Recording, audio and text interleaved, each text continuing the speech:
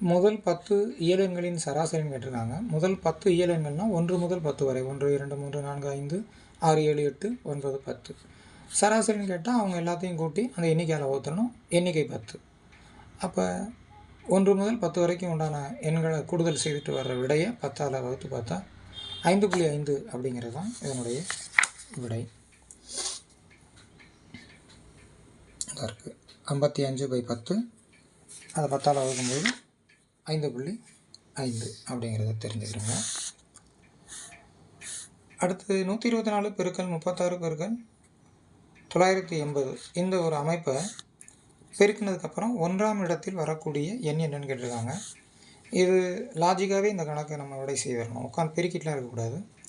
இங்கே 1ஆம் இலக்கம் 4, இங்கே 1ஆம் இலக்கம் 6, 4 6 24. அப்போ வரக்கூடிய எண்ணில் 4ஆம் இலக்கம் 4 அப்படிங்கிறது 1ஆம் இலக்கத்தில் இருக்கும். அதை 0ஆல் பெருக்க போகிறோம். அப்போ இந்த எத்தனை எண்கள் கொடுத்தாலும் சரி 1ஆம் இலக்கம் 0 இருக்கக்கூடிய ஒரு எண் இந்த அமைப்புக்குள்ளே இருந்ததுன்னா எப்படிப்பட்ட விடை அமைப்பு எவ்வளோ பெரிய எண்ணாக வந்தாலும் 1ஆம் இலக்கம் என்னவாக தான் வருங்கிறத புரிஞ்சுக்கிறோம்.